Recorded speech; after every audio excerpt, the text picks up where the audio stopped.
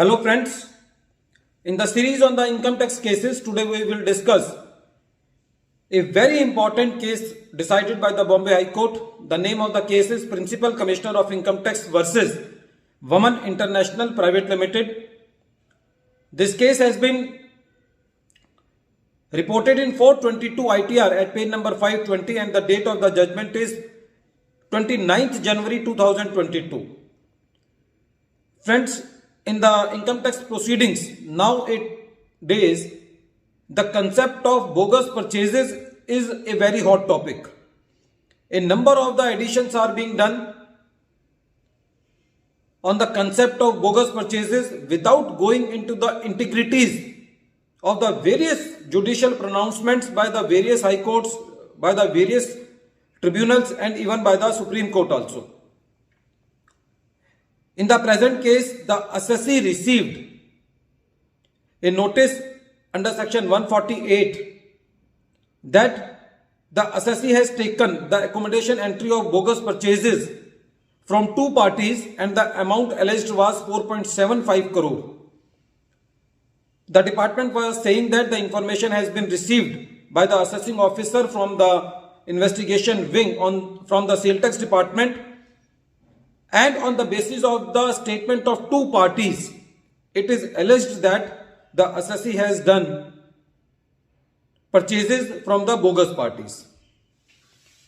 The main allegation of the assessing officer was that the assessee was not able to provide the documentation for the transportation of the goods, that is the lorry receipts, etc., from where it can be said that the movement of purchase and sale of goods have been done. In the present case, the assessee has submitted the copy of the purchase bill, copy of the sale bill, and more importantly, in this case, the assessee has submitted the stock statements also, which were showing the movement of the goods in the premises of the assessee and from the premises of the assessee. Apart from this, the assessee also submitted the bank statements, which were the conclusive proof that the payments have been made to the parties from whom the purchases have been made. But in spite of all these documentation and without confronting the parties from whom the statements have taken and on the basis of which the department was relying, no confrontation, no opportunity of cross-examination was given to the assessee. CIT appeal also gave the relief to the assessee when this matter came before the Honorable ITAT. ITAT held that the department is not able to provide the evidence which can be concluded that the assessee has made bogus purchases. The ITAT held that the statement of the two parties and simply the information from the investigation wing cannot be said that it is the evidence against the assessee that the assessee has made bogus purchases.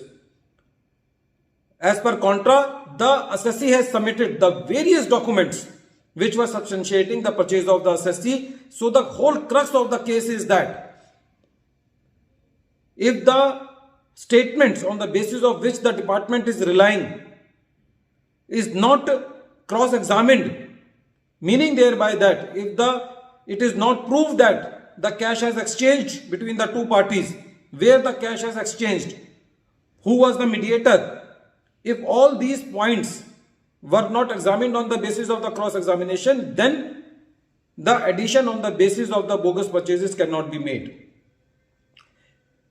There are numerous cases which says that even if the bogus purchases are proved, even in that case, the full amount of the bogus purchases cannot be added into the income of the assessee, because until and unless the department questions the sales of the assessee, because what the department does, sales is taken into the income of the assessee and only the purchases are excluded.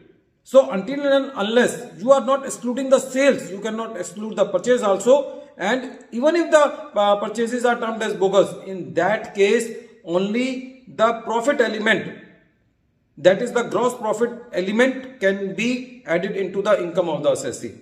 But if the assessee is not able to provide any documentation, for example, purchase bill, sale bill, stock register, bank statements, then in that case, the full amount can be added. Friends, I have seen that whatever the quality of the notices which is coming is very weak, is very poor. First, the notice is sent to the assessee in some cases alleging a different amount. After some days, some other notice is sent in which the department is alleging some other amount. When the order under section 148A clause D is being done, some other amount is mentioned. In every notice, the department is changing its stances, and when the final order comes, some other figure comes. So this is a very pathetic situation as far as the additions on the basis of bogus purchases are being done. So in future, there is going to be a lot of litigation on this point. So if the assessee is not very vigilant in presenting his case at the time of assessment, then it will be a very difficult task for the assessee to prove his point at the higher stages. At the end of this video, once again I am repeating the name of the case. The name of the case is Principal Commissioner of Income Tax versus VAMAN International Private Limited, and this case has been reported in 422 ITR at page number 520. The matter has been decided by Bombay High Court and the date of the judgment is 29th January 2020.